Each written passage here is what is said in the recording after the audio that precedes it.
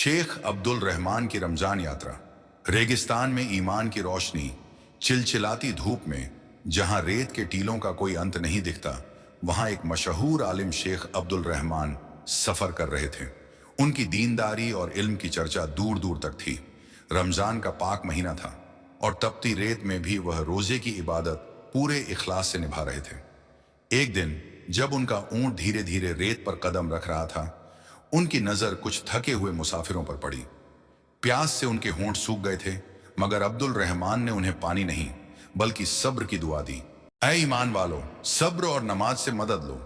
कुरान 2:153। उनकी बातों ने मुसाफिरों के दिलों में नई उम्मीद भर दी। वह भी रोजे की बरकत महसूस करने लगे।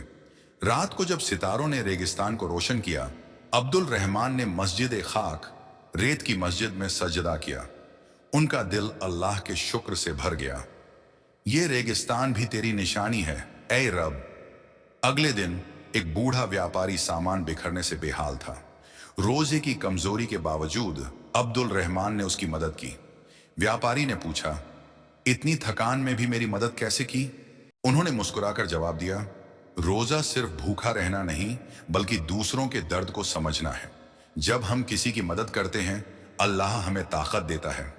उनकी यात्रा ईमान, सब्र और मोहब्बत की मिसाल बन गई। रेगिस्तान की गर्मी भी उनके जज्बात को नहीं जला सकी।